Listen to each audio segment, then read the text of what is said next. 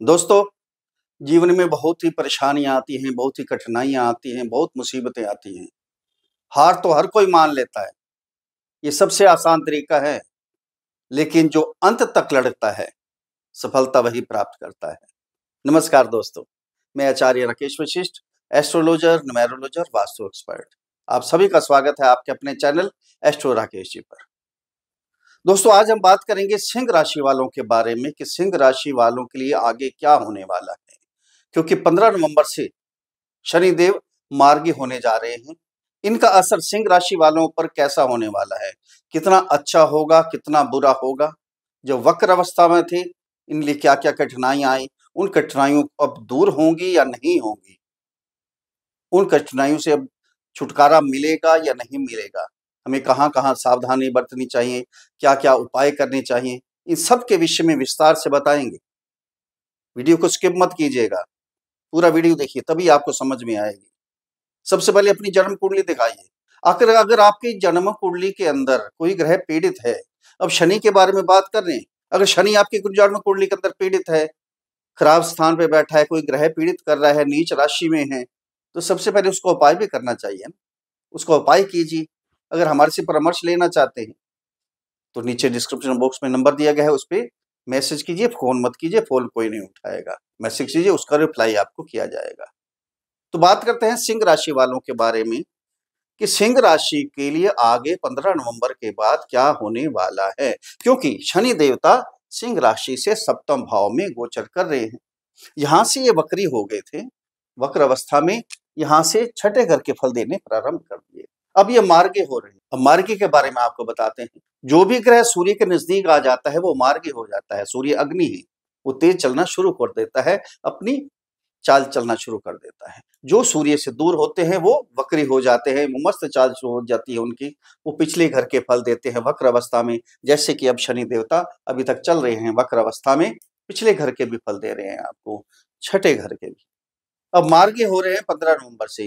पहले क्या किया शनि देवता ने आपके साथ, छठे घर से आप इनकी दृष्टि सीधी गई आपके चंद्रमा के ऊपर, चंद्रमा की राशि कर्क राशि के ऊपर, आपके मन को विचलित कर दिया इन्होंने।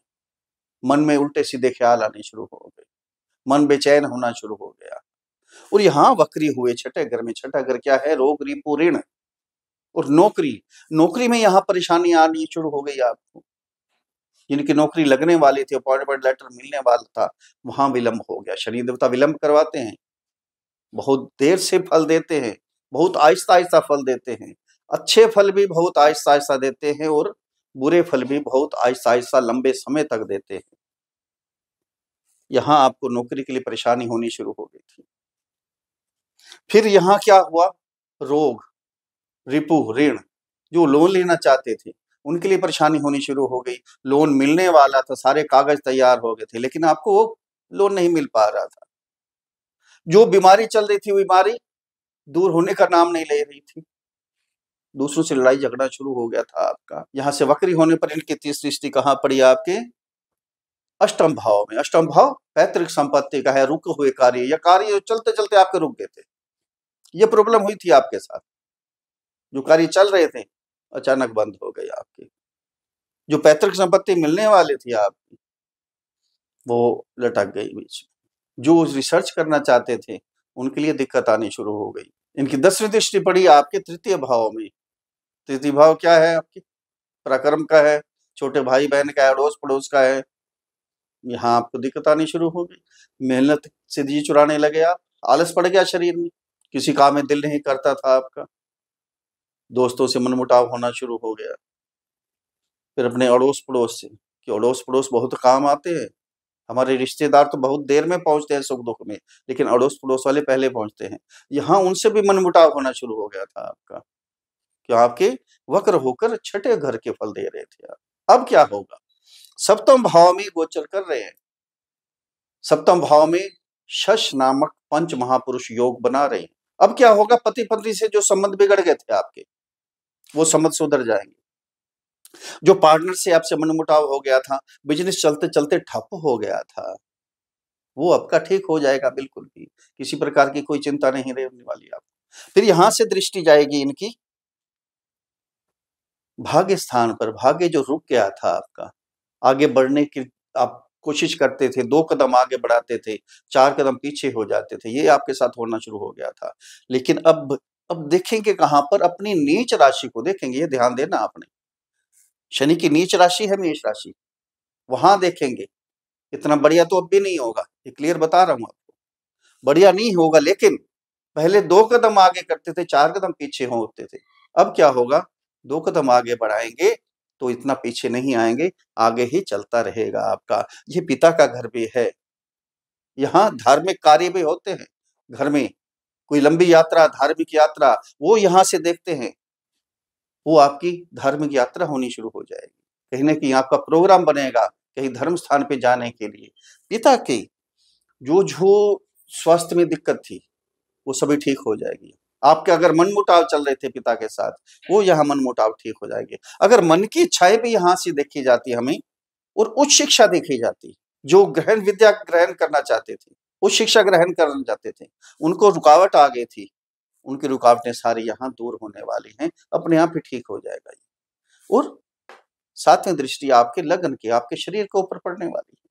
जो शरीर में आलस आ गया था, विचार उल्टे-सीधे आने शुरू हो गए थे, क्योंकि वक्र होकर आपके चंद्रमा को देख रहे थे, चंद्र राशि को देख रहे थे। यहाँ बिल्कुल बड़े खतरनाक विचार आते हैं। मन ही तो सब कुछ करवाता है हमारा। यहाँ मन में इतने गंदे विचार आपके आए, अब उस सबको भूल जाइए। यहाँ लगन पे इनकी दृष्टि आपके सिंह राशि पे पड़ने वाली है, राजा के ऊपर। उनके पिता भी हैं, सूर्य। वहाँ इनकी दृष्टि पड़ रही है। अपने पिता को कोई बुरा नहीं करता है। पिता पुत्र के लिए बुरा नहीं चाहते, पुत्र भी पिता के लिए बुरा नहीं चाहते हैं। यहाँ आपको जो आलस पड़ी हुई थी, वो आलस दूर हो जाएगी। नए-नए कार्य करने का आपका दिल करेगा। ये भी काम करे, वो भी काम करे। ये समय इसके लिए आपके लिए अच्छा है। फिर देखिए 10वीं दृष्टि आपके 4th हाउस में। 4th हाउस क्या है? माता का है। अब यहाँ पिता पे दृष्टि आई, यहाँ माता पे दृष्टि आई। देखो 2-2 काम हो गए। अगर इनके मन में कोई भी इच्छा थी, आपके प्रति थी, आपकी पत्नी या आपके बच्चों के लिए, आपके व्यवसाय के लिए, आपकी शिक्षा के लिए, किसी भी चीज़ के लिए जो भी इच्छा थी, पूर्ण नहीं हो पा रही थी, वो अभी सभी संपूर्ण हो जाएँगी, सभी पूर्ण हो जाएँगी, कोई चिंता नहीं रहने वाली। प्रॉपर्टी का स्थान है, प्रॉपर्टी अटक गई थी आपकी, मिल नहीं पा रही थी, अब यहाँ और प्रॉपर्टी खरीद सकते हैं, एग्रीकल्चर ज़मीन खरीद सकते हैं, सबसे अच्छा आपके लिए यही रहेगा। पुराने मकान खरीद लें, शनि देवता एग्रीकल्चर ज़मीन और पुराने मकान दिलवाते हैं, खंडर मकान, वो प्रॉपर्टी खरीदें, आपके लिए बहुत ही अच्छा हो जाएगा यहाँ पर। फिर घर में जो मनमुटाव हो रहा था, कोई मांगलिक कार्य नहीं हो पा रहे थे, कोई अच्छे कार्य नहीं हो पा रहे थे, खुशी का माहौल नहीं था, वो सारा खुशी का माहौल शनि देवता 15 नवंबर के बाद करने वाले हैं। ध्यान देना कि इसके बाद मार्च में 29 मार्च को आपको ढैया भी स्टार्ट होने वाला है आपकी राशि में। उसके लिए पहले ही आपने उपाय करने हैं। सबसे पहले अपनी जन्म कुंडली हमें देखनी चाहिए। शनि अगर पीड़ित हैं, नीच राशि में हैं, खराब स्थिति में बैठे हैं, तो सबसे पहले उसका उपाय करना चाहिए हमें।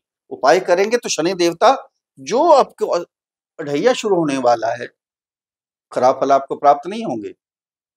ये नहीं कहता कि अच्छे फल प्राप्त होंगे। अच्छे फल भी अगर उचके हैं, जन्म कुंडली के अंदर बहुत अच्छे हैं, अगर हमने उपाय कर लिए हैं, पीड़ित हैं, तो अच्छे भी फल शनि देवता देंगे। कर्म के दाता हैं, कर्म स्वामी हैं, हमारे कर्मों के ऊपर ये फल देते हैं। देते आराम से हैं, दुःख भी आराम-आराम से देते हैं, लंबे समय तक देते हैं। जो सुख देते हैं वो भी आराम से लंबे समय तक देते हैं। हम तो यही चाहते हैं ना सबको सुख प्राप्त हो, दुःख किसी को ना प्राप्त हो। ये समय आपके लिए अभी तक बहुत ही अच्छा आने वाला है 29 मार्च तक, उसको अपनी संभाल के रखिए, उसका यूज़ कीजिए। जो-जो काम हैं आप मन लगाकर कीजिए। ये ना हो कि ढैया शुरू हो जाए, आपके सारे कार्य बीच में रह जाए, आलस कर जाए। यहाँ आलस आपने नहीं करनी है, ध्यान देना है आपने। कुल मिलाकर अगर देखते हैं, तो यहाँ शनि देवता सिंह राशि वालों को बहुत कुछ देकर जाएँगे। जो-जो कार्य रुक गए थे, वो सारे कार्य फिर प्रारंभ होने वाले हैं। कोई भी इनको दिक्कत नहीं होने वाली, धन की प्राप्ति होगी, हर चीज़ की प्राप्ति होने वाली है। अगर मेरे समझाने का तरीका आपको अच्छा लगा है, तो चैनल को सब्सक्राइब करें, फॉलो करें, शेयर करें। आप शेयर करेंगे ताकि दूसरों को भी फ़ायदा मिले। एक अच्छा-सा कमेंट्स हर हर महादेव, जय शनिदेव लिखकर भेजें, बड़ी प्रसन्नता होगी। अब उपाय के बारे में बताते हैं, उपाय क्या करना है आपने। शनि देवता का बीज मंत्र ओम प्राम प्रीम प्रोम सा शनि नमः, इस मंत्र की एक माला प्रतिदिन जाप करें।